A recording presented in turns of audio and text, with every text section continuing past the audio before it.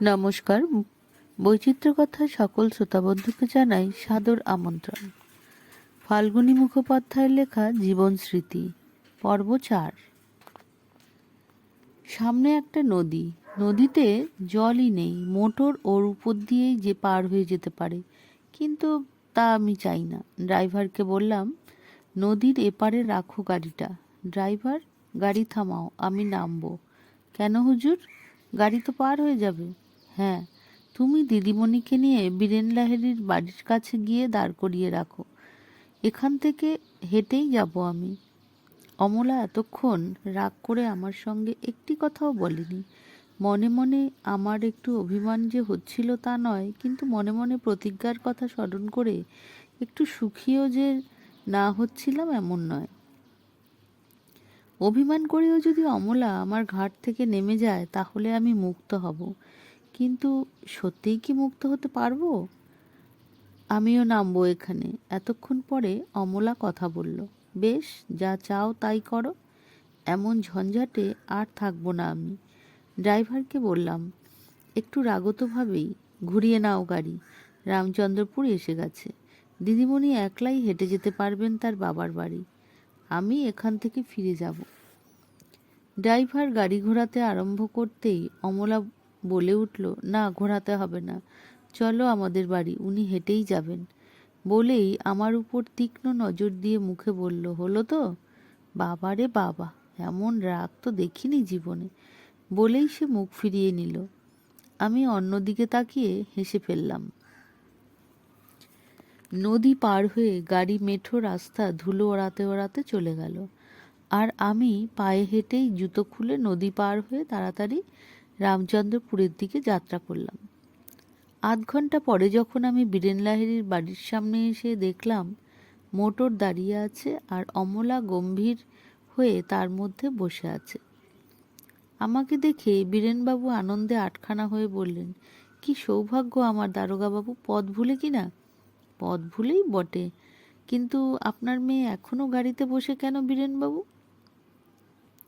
সে কথা ওই বলতে পারবে দারোগাবাবু, আসুন ভেতরে। বলেই তিনি হাঁকাহাঁকি করে চাকরদের ব্যস্ত করে তুললেন।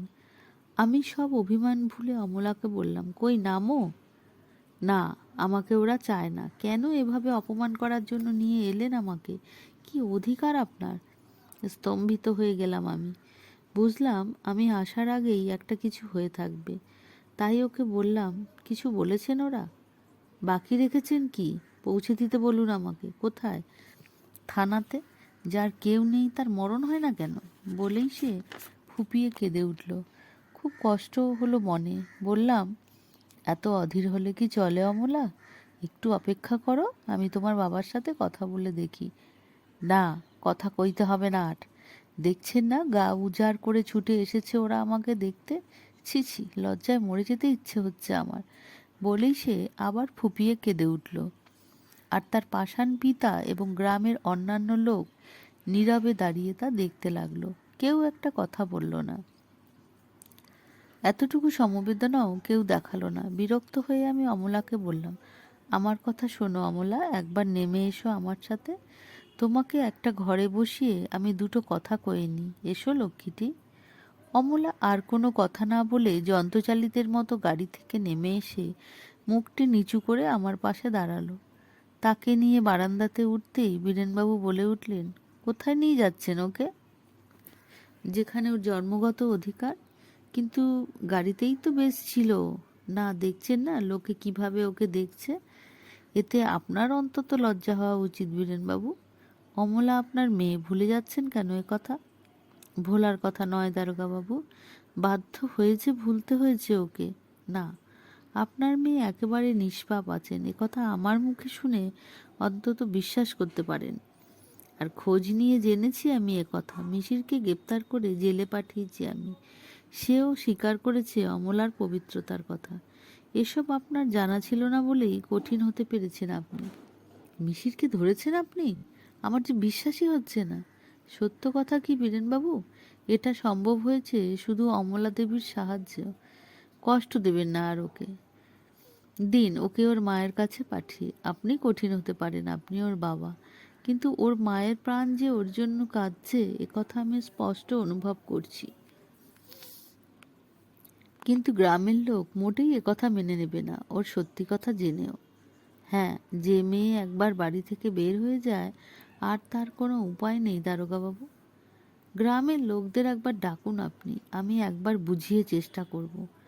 না, এখানে তা সম্ভব নয়, বরং আমি গ্রামের মাতব্বরদের নিয়ে আপনার কাছে যাব, সেখানে সব কথা হবে। এতদিন তো ছিল মিশিরের কাছে, আমার কাছে মাত্র 2 দিন। তবে আপনার ওখানেই নিয়ে যান ওকে। এতদিন যদিও নিষ্কলঙ্ক থাকে, আপনার কাছেও থাকবে এ বিশ্বাস আমার আছে। অনেক দারোগা দেখেছি, কিন্তু আপনার সাথে তুলনা হয় না। বেশ, তাই হবে। আপনি ব্রাহ্মণ, আমি আপনার সন্তানের মতো। আমি আপনার কাছে অনুরোধ করছি, দয়া করে ওকে। বলেই আমি জোর হাতে উঠে অনুরোধ করলাম। অমলা হয়তো পাশের ঘরে দরজার আড়ালে দাঁড়িয়ে শুনছিল। ঝড়ের বেগে আমার কাছে এসে হাত ধরে টেনে তুলে কঠিন স্বরে আমাকে বলল, এই এলাকার মালিক আপনি, তবে কেন এত ছোট কাজ করছেন? কি স্বার্থ এতে আপনার? না, এত ছোট কাজ আমি আপনাকে কখনোই করতে দেব না। চলুন এখান থেকে, আর এক মুহূর্ত নয়। বলেই সে আমার হাত ধরে টানতে টানতে একেবারে মোটরের কাছে নিয়ে এসে দরজা খুলে আমাকে জোর করে ঠেলে তুলে দিল। তারপর একেবারে আমার গা ঘেঁষে বসে বললে, চলুন। ছি, একজন দায়িত্বশীল থানা ইনচার্জ হয়ে এত হীন প্রচেষ্টা কি আপনার? লজ্জায় আমারই মাথা কাটা যাচ্ছে। কই ড্রাইভার, চলো থানাতে। স্তম্ভিত হয়ে বললাম, হয়ে গেলাম আমি অমলার ব্যবহারে।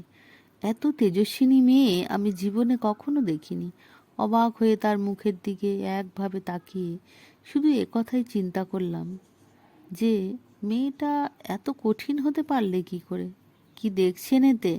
লজ্জায় মুখ অন্যদিকে ফিরিয়ে ভাবতে লাগলাম। আর ওর কথার জবাব দিতে মনে ছিল না।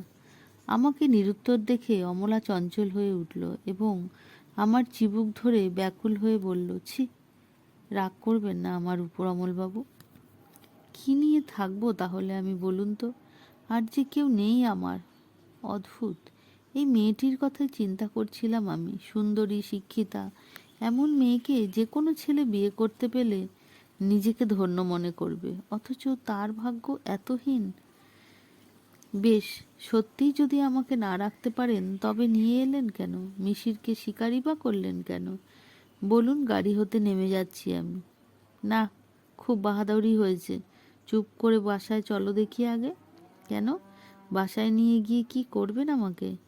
পূর্ণিয়া থেকে কদিন পরে বাসায় ফিরেছি, নিজেকে যেন খুব ক্লান্ত মনে হচ্ছে। রামাকে ডেকে বললাম, একটু চা করে দে। চান করবেন না বাবু? না, শরীরটা ভালো নেই, এখন একটু ঘুমাবো। তুই দরজা বন্ধ করে দে, যদি ঘুমিয়ে পড়ি জাগাস নে যেন। বাইরের ঘরে গিয়ে শুলাম কয়েকদিনের পরিশ্রমের পর। বিছানাতে শুতে তন্দ্রা এসে গেল। হঠাৎ কোমল স্পর্শে তন্দ্রা ভেঙে গেল। চমকে উঠে বললাম, কে? চুপ, কথা বলবেন না, শুয়ে থাকুন। অমলা? হ্যাঁ, কেন বিশ্বাস হচ্ছে না? কিন্তু তোমার সেবা নিলে যে অধর্ম হবে অমলা। আর একলা এই পুরুষের ঘরে একটা কুমারী তরুণীকে লুকিয়ে রেখেছেন, তাতে বুঝি খুব ধর্ম হচ্ছে আপনার? লাফিয়ে উঠে পড়লাম আমি বিছনা ছেড়ে। অমলা ভয়ে দূরে সরে গেল। কি বললে অমলা? আরেকবার বলো তো কথাটা। তুমি আজ আমার চোখ খুলে দিয়েছ অমলা। ভুল আমারই, তবু তোমার উপর কৃতজ্ঞ আমি। ঠিক সময়ে আমার চোখ ফুটিয়ে দিয়েছ তুমি, অশেষ ধন্যবাদ তোমাকে। চললাম আমি, বলেই দরজার দিকে পা বাড়াতেই সে ছুটে এসে আমার হাত ধরে কেঁদে ফেললে। যেও না লক্ষ্মীটি, রাগ করো না আমার উপর। রাগ করতে ইচ্ছে করে তোমার? এই প্রথম সে আমাকে তুমি বলে সম্বোধন করলো।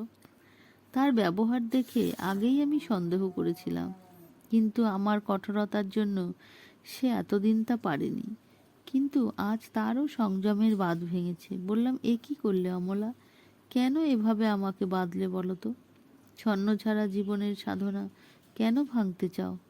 আর যে কেউ নেই গো, কাকে নিয়ে থাকবো? ভালো পাত্র তো খুঁজছি আমি তোমার জন্য। এত অধীর হলে কি চলে অমলা? পাত্রে আমার দরকার নেই, যা পেয়েছি এই ভালো। এ পাওয়া তোমার সুখের হবে না অমলা। শুধু ওপরটা দেখেই কাউকে বিচার করা যায় না। না থাক, তুমি ফেলে দিও না আমাকে, আর কাউকে যে জানি না আমি। খুব ভাবিয়ে তুললে দেখছি। এই রকম একটা সন্দেহ করেছিলাম আমি অনেক দিন থেকে। আচ্ছা যাও, শুতে দাও আমাকে একটু, পরে ভেবে যা হয় কিছু একটা করা যাবে। মাথা টিপে দেবো একটু? না, এখন যাও। না, যাব না, তুমি ঘুমো, আমি মাথা টিপে দিচ্ছি। খুব সকালেই আমার ঘুম ভেঙে যায়। ঘুম ভাঙতেই দেখলাম অমলা আমার বিছানায় আমারই পাশে অকাতরে ঘুমিয়ে আছে, একখানা হাত আমার বুকে রেখে। তার এই নির্লজ্জ ব্যবহারে এক মুহূর্তে কর্তব্য ঠিক করে ফেললাম। সরকারি পোশাক পরে তৈরি হয়ে নিয়ে মোটর সাইকেলে চেপে পূর্ণিয়া যাত্রা করলাম। পূর্ণিয়ার গার্লস স্কুলের প্রধান শিক্ষয়িত্রী মিস সীমা রায়ের ঘরে ঢুকে দেখলাম তিনি নেই। মিস রায়ের চাকর দরজায় পুলিশ অফিসার দেখে সম্ভ্রমে তাকে সেলাম করে প্রশ্ন করল, মেম সাহেবকে ডেকে দেব? হ্যাঁ ডাকো। উঠেছেন তিনি? না হুজুর। তবে থাক, একটু বসছি, আমাকে একটা চেয়ার দাও। ড্রয়িং রুমে আসুন না হুজুর। না না, এখানেই দাও। অল্পক্ষণ পরেই চোখ রগড়াতে রগড়াতে মিস রায় বের হয়ে এসে নমস্কার করে বললেন, কি সৌভাগ্য আমার এত সকালে যে। সৌভাগ্য আমার সীমা, তোমার নয়। এখনই আমাকে আবার যেতে হবে। এতদিন পরে এলেন, ছাড়ছি না আপনাকে আমি। অমল রায়কে আজও পর্যন্ত কোনো মেয়ে বেঁধে রাখতে পারেনি সীমা। যাক সে কথা, সময় আমার কম। যা বলছি তা শোনো, একটা চাকরি চাই। মেয়েদের স্কুলে? পুরুষদের চাকরি, তাও অমল রায়ের জন্য? উফ, একটা বিপদে পড়ে গেছি সীমা। একটা কুমারী মেয়ে হঠাৎ আমার ঘাড়ে এসে উঠেছে, তাকে নামাতেই চাই। কিন্তু একথা যে বিশ্বাস হয় না অমলবাবু, কুমারী মেয়ে আবার আপনার ঘাড়ে। ঘটনাচক্রে তাই হয়েছে বটে। বলো, দেবে একটা চাকরি? এখন খালি নেই, তাছাড়া আমার যে হাত নেই তা তো জানেন আপনি। তোমার ক্ষমতার কথা আর কেউ না জানুক, অমল রায় বিলক্ষণ জানে সীমা। কবে পাঠিয়ে দেবে তাই বলো। ও মা, চাকরি কোথায় তার ঠিক নেই, একেবারে পাঠিয়ে দেবেন? ওসব কথা আমি শুনতে চাই না। চাকরি থাক বা না থাক, তাকে আমি আজই পাঠিয়ে দিচ্ছি এখান থেকে, কেমন? এত জোর করে কেন আপনার আমার উপর? এত জোর কেন আপনার আমার উপর বলুন তো? তোমার উপর আমার জোর আছে বলেই তো বলছি। হঠাৎ সীমা গম্ভীর হয়ে গেল। বেশ, পাঠিয়ে দেবেন। মাইনে কিন্তু 70-এর বেশি পাবে না এখন, ওই যথেষ্ট। হোটেলে জায়গা করে দিতে পারবে তো? না, আমার কাছেই সে থাকবে। যে মেয়ে অমল রায়কে কাবু করেছে তাকে একবার দেখতে চাই আমি। আপনি কিন্তু আর তাকে দেখতে আসতে পারবেন না বলেই একটু মিষ্টি হাসল।